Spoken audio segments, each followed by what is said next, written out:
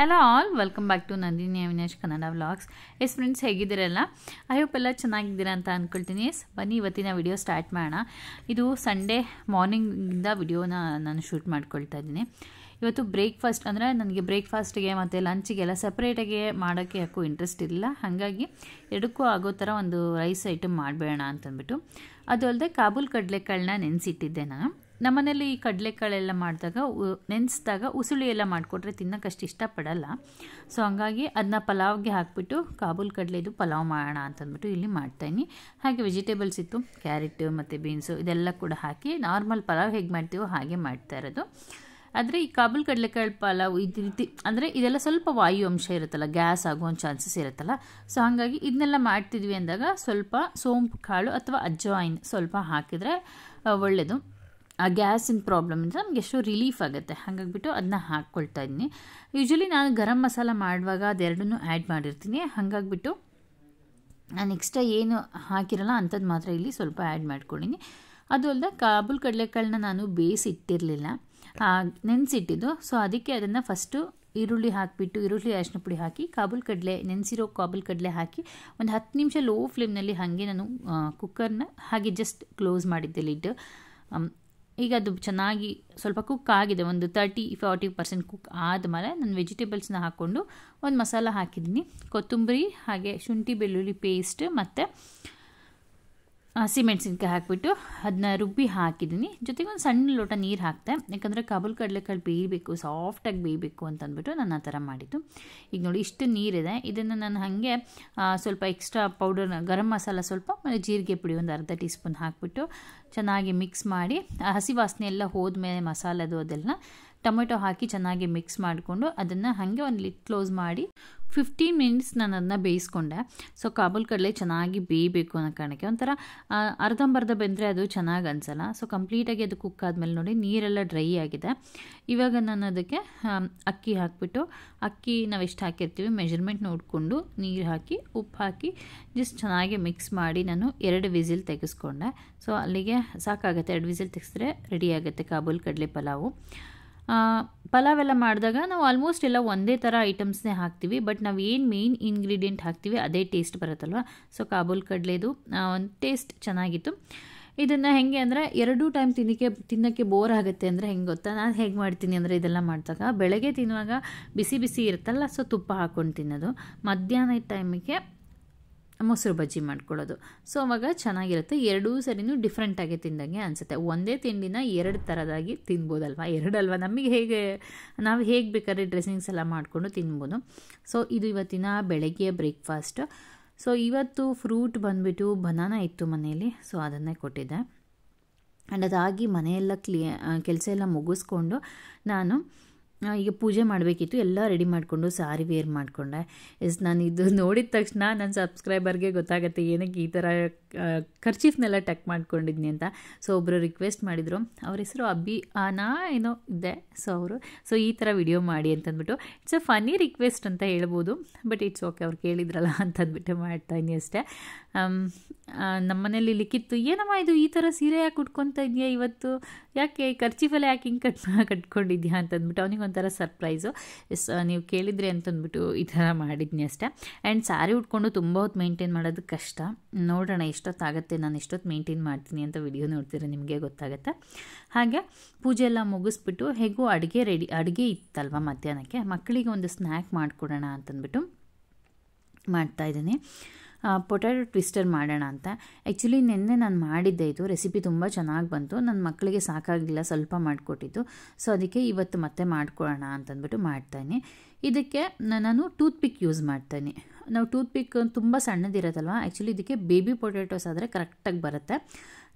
ನನ್ನ ಹತ್ರ ಇದ್ದಿದ್ದು ಮೀಡಿಯಮ್ ಸೈಜಿಂದು. ಸೊ ನಾನು ಅದನ್ನೇ ತೊಗೊಂಡು ವಾಶ್ ಮಾಡಿಕೊಂಡು 2 ಪೀಸ್ ಮಾಡಿಕೊಂಡು ಮಧ್ಯೆ ಟೂತ್ಪಿಕ್ ಚುಚ್ಚಿಬಿಟ್ಟು ನೋಡಿ ಈ ರೀತಿ ಇಳಿಗೆ ಮಣೆ ಯೂಸ್ ಮಾಡಿಕೊಂಡು ನಾನು ಕಟ್ ಮಾಡ್ತಾಯಿದ್ದೀನಿ.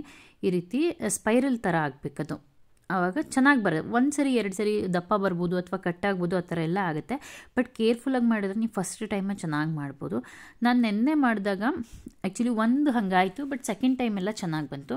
ನಾನು ಅದನ್ನ ಕಟ್ ಮಾಡ್ತಿದ್ದಂಗೆ ನಮ್ಮ ಲಿಖಿತ್ ಈ ರೀತಿ ಸೆಟ್ ಮಾಡ್ತಾನೆ. ಲಿಖಿತ್ ನನಗಿಂತ ಚೆನ್ನಾಗಿ ಸೆಟ್ ಮಾಡ್ತಾನೆ ನೋಡಿ. ಈ ಥರ ನೀಟಾಗೆ ಸೆಟ್ ಮಾಡಿ ಅವನು ಒಂದು ಕಡೆ ಇಟ್ಟ. ಸೊ ಜಸ್ಟ್ 6 ಮಾಡ್ತಾನೆ, ಯಾಕಂದರೆ ಮೀಡಿಯಮ್ ಸೈಜ್ ಪೊಟ್ಯಾಟೊ ಇದ್ದಿದ್ದು 3 ಮಾತ್ರ, ಇನ್ನೆಲ್ಲ ದೊಡ್ಡದಿತ್ತು. ಹಾಗಾಗಿಬಿಟ್ಟು ಈಗ ಅದಕ್ಕೆ ಕೋಟಿಂಗಿಗೆ ನಾನು 2 ಟೇಬಲ್ ಸ್ಪೂನ್ ಆಗೋಷ್ಟು ಅಕ್ಕಿ ಹಿಟ್ಟು ಹಾಕಿದ್ದೀನಿ. ಅದಕ್ಕೆ ಟೇಸ್ಟಿಗೆ ಉಪ್ಪು ಮತ್ತು ಖಾರದ ಪುಡಿ ಇಷ್ಟೇ ಸಾಕಾಗತ್ತೆ. ಅಂದರೆ ಇದಕ್ಕೊಂದು ಸ್ವಲ್ಪ ಫುಡ್ ಕಲರ್ ಹಾಕಬೇಕು ಎಕ್ಸ್ಟ್ರಾ, ಇದು ಆಪ್ಷನಲ್ ಫುಡ್ ಕಲರು. ಹಾಕಿದರೆ ಕಲರ್ ರೆಡ್ ಬರುತ್ತೆ, ಇಲ್ಲಾಂದರೆ ಅಷ್ಟು ರೆಡ್ ಕಲರ್ ಬರಲ್ಲ, ಹಾಗಾಗಿ ಹಾಕ್ಕೊಳ್ತಾ ಇರೋದಷ್ಟೇ. ನಾನು ಎಣ್ಣೆ ಹಾಕಿರಲ್ಲ, ಇವತ್ತು ಹಾಕಿ ಮಾಡ್ತಾಯಿದ್ದೀನಿ, ಚೆನ್ನಾಗಿ ಕಾಣುತ್ತೆ ಅಂತಂದ್ಬಿಟ್ಟು. ಆಮೇಲೆ ಇದು ಕೋಟಿಂಗಿನ ಬಂದುಬಿಟ್ಟು ಸ್ವಲ್ಪ ತೆಳು ಕಲಿಸ್ಕೋಬೇಕು. ಅಂದರೆ ಬೋಂಡಾ ಹಿಟ್ಟಿಗಿಂತನೂ ಇನ್ನೂ ತೆಳ್ಳಗಿರಬೇಕು, ಇಲ್ಲ ಅಂತಂದರೆ ಒಂಥರ ತುಂಬ ದಪ್ಪ ಅಂಟ್ಕೊಂಡ್ಬಿಟ್ರೆ ಬರೀ ಅದೇ ಒಂಥರ ಟೇಸ್ಟ್ ಅಷ್ಟು ಚೆನ್ನಾಗಿ ಅನಿಸಲ್ಲ. ಫುಲ್ಲು ತೆಳುವಾಗಿ ಕಲಿಸ್ಕೊಂಡು ಇದನ್ನು ಡಿಪ್ ಮಾಡಿ ಎಣ್ಣೆಲಿ ಬಿಡೋದಷ್ಟೇ. ನಾನು ಆಲೂಗಡ್ಡೆ ಕಟ್ ಮಾಡೋಕ್ಕಿಂತ ಅಂದರೆ ಸ್ಪೈರಲ್ಲಾಗಿ ಶೇಪ್ ಮಾಡ್ಕೊಳ್ಳೋಕ್ಕಿಂತ ಮುಂಚೆನೇ ಎಣ್ಣೆ ಚೆನ್ನಾಗಿ ಕಾಯ್ಲಿಕ್ಕೆ ಇಟ್ಟಿದ್ದೆ. ಚೆನ್ನಾಗಿ ಕಾದಿರಬೇಕು ಎಣ್ಣೆ. ಆಮೇಲೆ ಹೈ ಫ್ಲೇಮಲ್ಲಿ ಇಟ್ಕೊಂಡು ಪೊಟ್ಯಾಟೋದು ಏನು ಟ್ವಿಸ್ಟರ್ನ ನಾವು ರೆಡಿ ಮಾಡ್ಕೊಂಡಿರ್ತೀವಿ ಅದನ್ನ ಡಿಪ್ ಮಾಡಿಬಿಟ್ಟು ಕೋಟಿಂಗ್ ಮಾಡ್ಕೊಂಡ್ಬಿಟ್ಟು ಡೀಪ್ ಫ್ರೈ ಮಾಡ್ಕೋಬೇಕು. ಒಂದು 10 ಮಿನಿಟ್ಸ್ ಬೇಕಾಗುತ್ತೆ. ಪೊಟ್ಯಾಟೊ ಟ್ವಿಸ್ಟರ್ ಮಾಡುವಾಗ ಏನಂತಂದರೆ ಆಲೂಗಡ್ಡೆ ಹೆಂಗೆ ಫ್ರೈ ಆಗಬೇಕಂದ್ರೆ 90% ಕ್ರಿಸ್ಪ್ ಆಗಬೇಕು, 10% ಸಾಫ್ಟ್ ಇರಬೇಕು. ನೀವು ಕಂಪ್ಲೀಟ್ ಕ್ರಿಸ್ಪ್ ಮಾಡ್ತೀವಿ ಅಂದರೆ ಒಳ್ಳೆ ಪೊಟ್ಯಾಟೊ ಚಿಪ್ಸ್ ತಿನ್ನಂಗೆ ಆಗಿಬಿಡುತ್ತೆ. ಸೊ ಹಂಗಾಗಿ ಆ ಥರ ಇರಬೇಕು, 90% ಅದು ಕ್ರಿಸ್ಪ್ ಇರಬೇಕಷ್ಟೆ. ಸೊ ರೆಡಿ ಆಗುತ್ತೆ. ಒಂದು 10 ಮಿನಿಟ್ಸ್ ಟೈಮ್ ತೊಗೊಳುತ್ತೆ. ನಾನು ಆಗಲೇ ಹೇಳ್ದಂಗೆ ನಾನಿಲ್ಲಿ ಮಾಡಿಕೊಂಡು ತೆಕ್ಕೊಂಡೆ ನೋಡಿ, ಚೆನ್ನಾಗಿ ಆಗಿತ್ತು. ನಾನು ತೆಗೆಯುವಾಗ ಅದೆಲ್ಲ ಒಂದಕ್ಕೊಂದು ಅಂಟ್ಕೊಂಡಿತ್ತು. ಜಸ್ಟ್ ಒಂದು 30 ಸೆಕೆಂಡ್ಸ್ ಆದ ತಕ್ಷಣ ಕೈಯಲ್ಲಿ ಜಸ್ಟ್ ಹಿಂಗಂದರೆ ಕೂಡ ಸೆಪ್ರೇಟ್ ಆಗಿಬಿಡತ್ತೆ. ಅಂದರೆ ತಕ್ಷಣ ಮುಟ್ಟೋಕ್ಕಾಗಲ್ಲ, ತುಂಬ ಬಿಸಿ ಇರುತ್ತೆ. ಆಲ್ಮೋಸ್ಟ್ ಇದು ಒಂದು 5 ಮಿನಿಟ್ಸ್ ಅಂತೂ ಬಿಸಿ ಇರುತ್ತೆ. ಆಮೇಲೆ ನಾನು ಸೆಪ್ರೇಟ್ ಮಾಡಿಕೊಂಡು ಮೇಲ್ಗಡೆ ಮೈನೀಸ್ ಹಾಕಿ ಕೊಟ್ಟೆ. ಸಖತ್ ಇಷ್ಟ ಆಯಿತು ಮಕ್ಕಳಿಗೆ. ಜಸ್ಟ್ 2 ಪೀಸ್ ತಿಂದಿದ್ದು, ಅವರಿಗೆ ಇನ್ನೂ ಸಾಕಾಗಲ್ಲ, ಬಟ್ ಜಾಸ್ತಿ ಕೊಡಬಾರ್ದಲ್ವ, ಹಾಗಾಗಿ ನಾನು ಸ್ವಲ್ಪನೇ ಕೊಟ್ಟೆ. ಸಖತ್ ಎಂಜಾಯ್ ಮಾಡ್ಕೊಂಡು ತಿಂದರೆ ಇದನ್ನು. ಎಸ್ ಫ್ರೆಂಡ್ಸ್, ಸೊ ಈಗ ಪೊಟ್ಯಾಟೊ ಟ್ವಿಸ್ಟರ್ ತಿಂದಾಯಿತು. ಇನ್ನು ಊಟಕ್ಕೇನು ಚಿಂತೆ ಇಲ್ಲ. ನಾನು ಬೆಳಗ್ಗೆ ಪಲಾವ್ ಮಾಡಿಟ್ಟಿದ್ದೆ. ಈವ್ನಿಂಗ್ ಒಂದು ಮದುವೆಗೆ ಹೋಗೋದಿದೆ, ಅದಕ್ಕೆ 2 ಟೈಮ್ ಅಡುಗೆ ಮಾಡೋದು ಬೇಡ ಅಂತಂದ್ಬಿಟ್ಟು, ಅಂದರೆ ನೈಟ್ ಆಗುತ್ತೆ ಹೋಗೋ ತನಕ ನಾವು, ಅದಕ್ಕೋಸ್ಕರನೇ ಬೆಳಗ್ಗೆನೇ ಪಲಾವ್ ಮಾಡಿದ್ದೀವಿ. ಈಗ ಅದೇ ಪಲಾವು ನೋಡ್ಬೇಕು, ನೆಂಚ್ಕೊಳ್ಳೋಕೆ ಏನಾದರೂ ಮಾಡೋದು ಸ್ವಲ್ಪ ಅಷ್ಟೇ. ಹಾಂ, ಹಾಗೆ ಪಲಾವ್ ಇತ್ತು ಅಂತ ಹೇಳಿದ್ನಲ್ಲ. ಸೊ ಮಧ್ಯಾಹ್ನಕ್ಕೆ ನಮ್ಮ ಮನೆಯವ್ರು ಬರೋದು ಸ್ವಲ್ಪ ಲೇಟ್ ಆಯ್ತು ಅಂತ ಅಂದ್ಬಿಟ್ಟು ನಾವು ಊಟ ಮಾಡ್ಕೊಂಡ್ವಿ. ಈವ್ನಿಂಗ್ ಒಂದು ಮದುವೆ ಅಟೆಂಡ್ ಮಾಡಲಿಕ್ಕಿದೆ, ಹಾಗಾಗಿ ಅಡುಗೆ ನಾನು ಇಷ್ಟಕ್ಕೆ ಎಕ್ಸ್ಟ್ರಾ ಮಾಡೋದು ಬೇಡ ಅಂತ ಅಷ್ಟಕ್ಕೆ ಬಿಟ್ಟಿದ್ದೆ. ಆಮೇಲೆ ಮದುವೆಗೆ ಹೋಗಲಿಕ್ಕೆ ಅಂತ ನಮ್ಮ ಅತ್ತೆ ಕೂಡ ಬಂದರು ಅವ್ರ ಜೊತೆಗೆ, ನಮ್ಮ ಮನೆಯವ್ರ ಜೊತೆಗೆ. ಮತ್ತು ಇನ್ನೊಂದು ಸ್ವಲ್ಪ ಅವರು ಬಂದ್ರೆ ಪಲಾವ್ ಶಾರ್ಟೇಜ್ ಆಗುತ್ತೆ ಅಂತಂದ್ಬಿಟ್ಟು ಈಗ ಕ್ವಿಕ್ಕಾಗಿ ಒಂದು ಬೆಂಡೆಕಾಯಿ ಪಲ್ಯ ಹಾಗೆ ಚಪಾತಿ ಮಾಡೋಣ ಅಂತಂದ್ಬಿಟ್ಟು ನಾನು ರೆಡಿ ಮಾಡ್ಕೋತಾ ಇದ್ದೆ. ನಾನು ಚಪಾತಿ ಹಿಟ್ಟು ಕಲಿಸೋ ಹೊತ್ತಿಗೆ ನಮ್ಮ ಅತ್ತೆ ಕೂಡ ಬೆಂಡೆಕಾಯಿನ ಕಟ್ ಮಾಡಿಕೊಡ್ತೀನಿ ಅಂತಂದ್ಬಿಟ್ಟು ಕಟ್ ಮಾಡ್ತಾ ಇದ್ದಾರೆ. ಸೊ ಹಾಗೆ ನಾನು ಚಪಾತಿ ಹಿಟ್ಟು ಕಲಸಿಟ್ಟು ಹಾಗೆ ಕರ್ಬೂಜ ಹಣ್ಣಿತ್ತು. ಸೊ ಗೆಂಜಮ್ ಅಂತಾರಲ್ಲ, ಅದು ಕರ್ಬೂಜ ಅಲ್ಲ, ಗೆಂಜಮ್ ಅಂತಾರಲ್ಲ, ಆ ಹಣ್ಣಿತ್ತು, 2 ಇತ್ತು.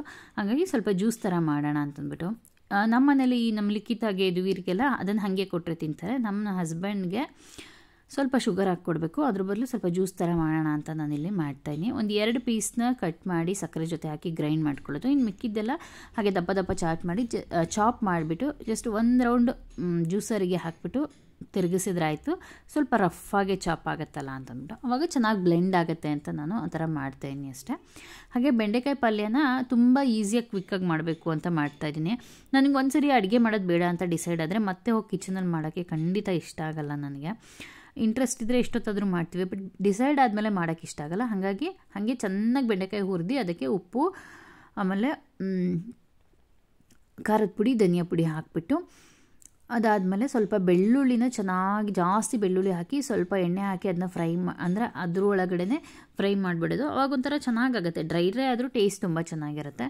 ಸೊ ಚಪಾತಿ ಮಾಡಿ ಪಲ್ಯ ಮಾಡಿಕೊಟ್ಟೆ, ಜೊತೆಗೆ ಪಲಾವ್ ಇತ್ತಲ್ಲ, ಅದಾದಮೇಲೆ ಈ ರೀತಿ ಸರ್ವ್ ಮಾಡ್ತಾಯಿದ್ದೀನಿ. ಫ್ರೂಟಿಂದ ಏನು ಮಾಡಿದ್ದೆ ಆಯಿತು. ಇದೊಂಥರ ಚೆನ್ನಾಗಿರುತ್ತೆ. ಈ ಕಡೆ ಜ್ಯೂಸು ಅಲ್ಲ, ಆ ಕಡೆ ಹಣ್ಣು ತಿಂದಂಗೂ ಆಗುತ್ತೆ ಅಂತಂದ್ಬಿಟ್ಟು. ಬಟ್ ಸಕ್ಕರೆ ಹಾಕಿದ್ದೀನಿ ಅಷ್ಟೇ. ಸಕ್ಕರೆ ಬೇಡ ಅನ್ನೋರು ಹಾಗೆ ತಿನ್ಬೋದು, ಇಲ್ಲ ಅಂತಂದರೆ ಈ ರೀತಿ ಮಾಡ್ಕೊಂಡು ತಿನ್ಬೋದಲ್ವ.